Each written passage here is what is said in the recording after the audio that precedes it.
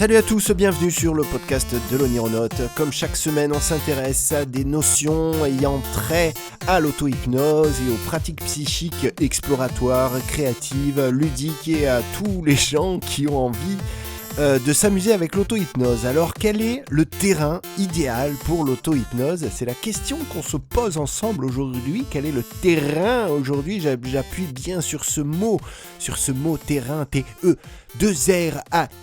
car le mot, évidemment, va être notre fil conducteur, va être notre source de réflexion. On va s'interroger pour le mot en lui-même, parce que le mot est assez joli, le mot est assez évocateur, le mot symbolise plein de choses, plein de dynamiques, plein de situations, ça fait penser à des sports, ça fait penser à des activités, à des métiers, ça fait penser à plein de trucs.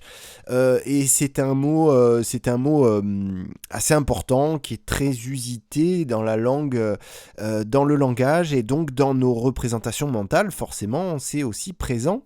Et donc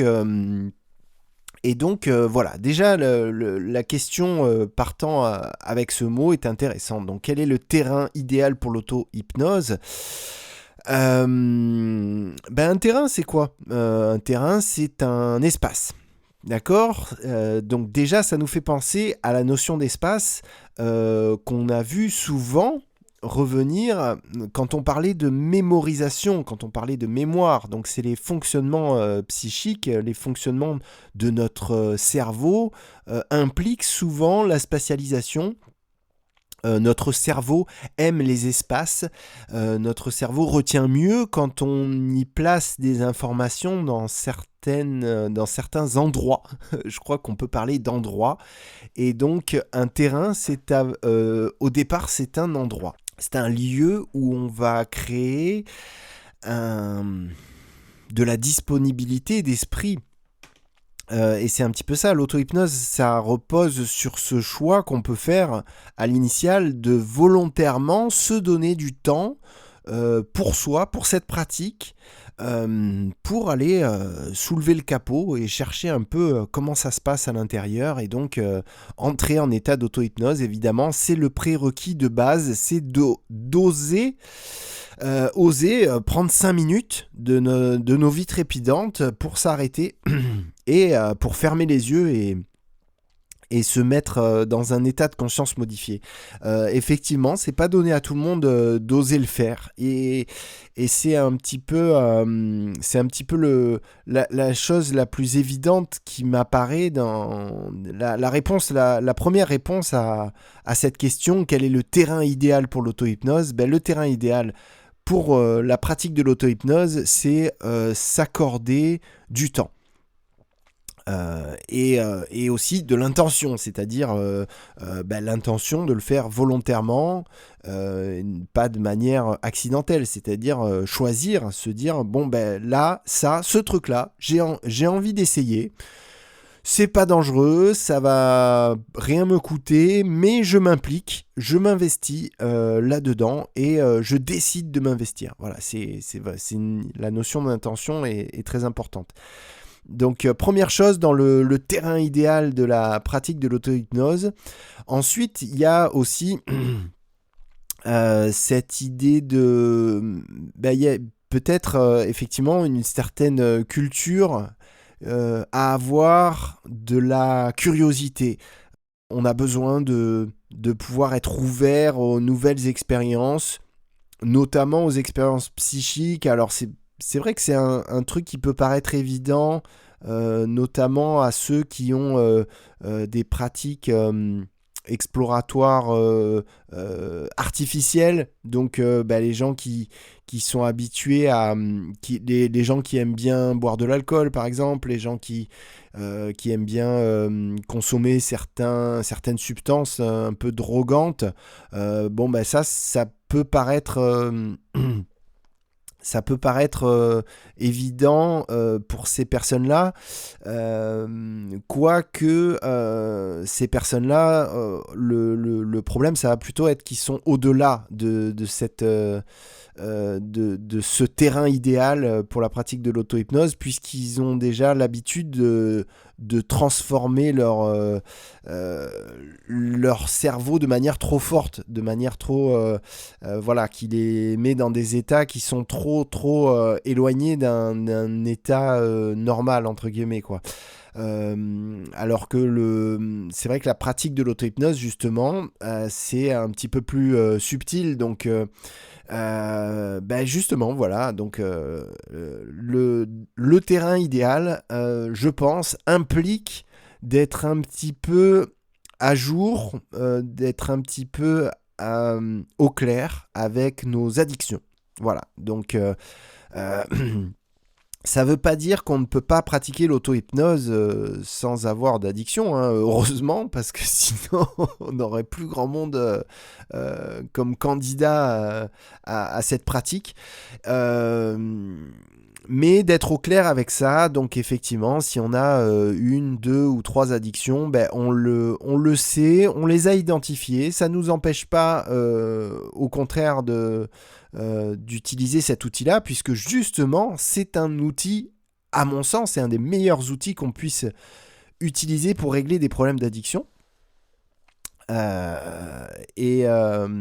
Mais voilà, faut faire un petit peu, faut, comme on dit, envoyer un peu les pieds ou jouer un peu des coudes et faire de la place à cette pratique de l'auto-hypnose, à cette passion. N'ayons pas peur du mot, parce que vous allez voir que ça va vite devenir une passion si vous mettez un doigt dans l'engrenage. C'est assez fantastique. Ensuite, qu'est-ce qu'on pourrait dire? Donc, on a parlé de cette notion d'espace, d'oser faire la place à cette pratique dans nos vies, où on a souvent le biais cognitif, de se dire qu'on n'a pas le temps, alors qu'en fait, c'est juste le temps, c'est une façon de voir les choses. On peut trouver le temps dans tous les contextes, on peut trouver le temps de faire ça. On a vu aussi qu'il y a un terrain de curiosité d'esprit à avoir, effectivement, une culture de la nouvelle expérience, une culture de l'aventure, une culture où on aime sortir de notre zone de confort, où on aime expérimenter des choses et se remettre un petit peu en question, parce que c'est vrai que l'auto-hypnose peut amener ça. On peut à un moment donné être confronté à nos biais cognitifs, à nos problèmes psychologiques. On a tous des problèmes psychologiques plus ou moins importants, on a tous des traumatismes, on a tous des souvenirs douloureux, des choses non résolues. L'auto-hypnose, alors n'ayez pas peur, hein, mais l'auto-hypnose, elle peut un petit peu se rapprocher de ces choses-là. Donc ça peut être une crainte. Donc il faut aimer la curiosité, il faut aimer les nouvelles expériences. Il faut aussi, on l'a vu, être au clair avec nos addictions. Il faut être en paix avec ça, assumer le fait qu'on a des addictions si on les a, effectivement. Et voilà trois éléments qui me semblent faire partie du terrain idéal à la pratique de l'auto-hypnose. Et ensuite, pour revenir sur sur le mot terrain, c'est vrai que moi, ce mot me fascine un petit peu. Enfin, je suis assez fasciné par les terrains de sport en général. C'est quelque chose qui me fait rêver. Il y a une force, une charge onirique dans les terrains, notamment. Alors, je sais pas si ça vous fait ça, mais moi, quand je vois un terrain abandonné, un vieux terrain de tennis où le filet n'existe plus, mais où on devine en voyant un peu les lignes sur le béton abîmé avec des trous et tout ça, avec des textures particulières d'un ciment ancien qui a eu à un moment donné une vie un peu sportive et qui ne l'a plus, cette vie. Ben moi, ça m'évoque des rêves lucides ou des conceptions oniriques assez belle, assez poétique, avec peut-être un sentiment de nostalgie derrière. Mais moi, c'est des images assez fortes. Alors ça fait aussi, parfois on voit des vieux terrains de hand ou des vieux terrains de basket. Ou alors là, le top du top, c'est les vieilles piscines. Des vieilles piscines toutes cassées où il n'y a plus, où il y a plus rien dedans, il n'y a plus d'eau et, et ça, c'est assez tripant. Alors, quel est le rapport avec le terrain? En fait, c'est une espèce de mise en abîme parce que le terrain, c'est une métaphore donc, qui nous sert à expliquer une problématique. La problématique, c'est quel est l'idéal dans nos vies pour se mettre à la pratique de l'auto-hypnose, pour se mettre à l'auto-hypnose. La métaphore du terrain, c'est un petit peu histoire de boucler la boucle, quoi. C'est qu'il faut aussi parler des métaphores qu'on emploie pour trouver des réponses à ces questions employant une métaphore. Ok, ok, je suis complètement fou. Peut-être vous disiez, mais il est un peu fêlé celui-là, un peu comme les piscines dont il parle, qui n'ont plus d'eau depuis des siècles. Un peu comme ces vieilles pistes de bobsleigh de différents Jeux Olympiques qui ont été abandonnés après par la suite et où on a vu la mousse pousser, les herbes, les fleurs pousser un petit peu comme ça. Il est un petit peu fêlé. Ben ouais, c'est un petit peu c'est un petit peu mon cas. Euh, mais en tout cas, j'espère que vous avez compris que je prenais la question aussi au pied de la lettre parce que j'aime bien faire ça.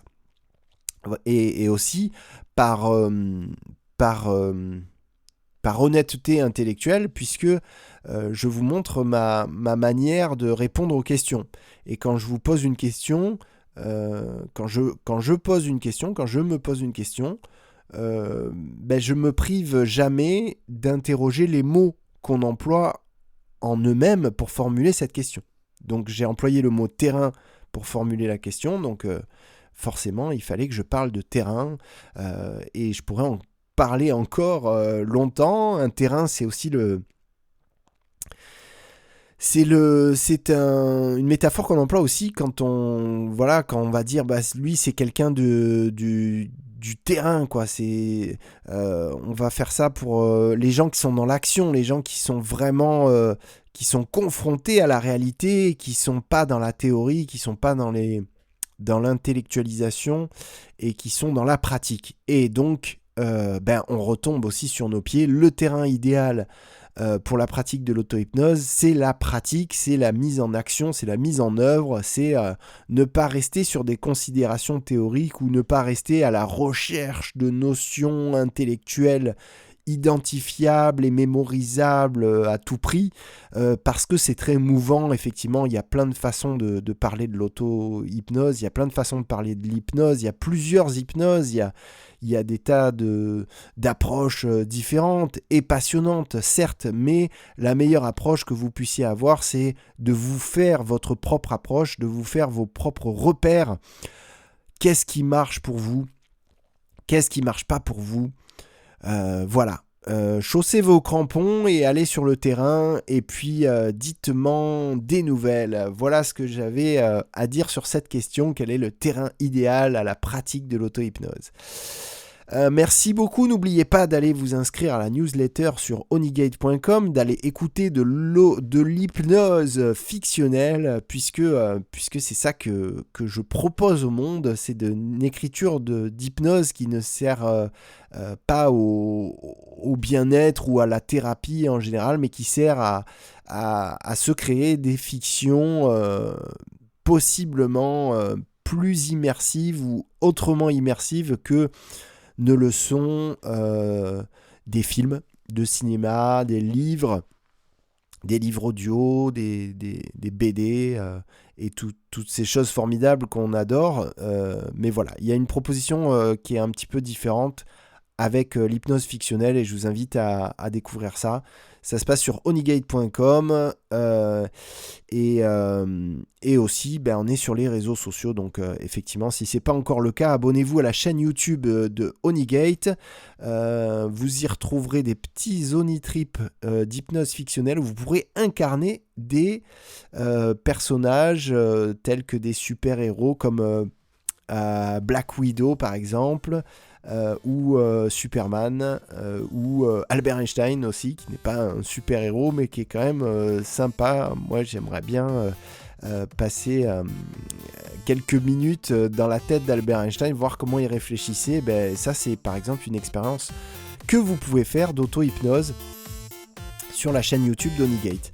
Voilà. Sur ce, je vous souhaite une bonne semaine à tous et je vous dis à la semaine prochaine pour un nouveau podcast de l'Onironaute. À bientôt, tchuss!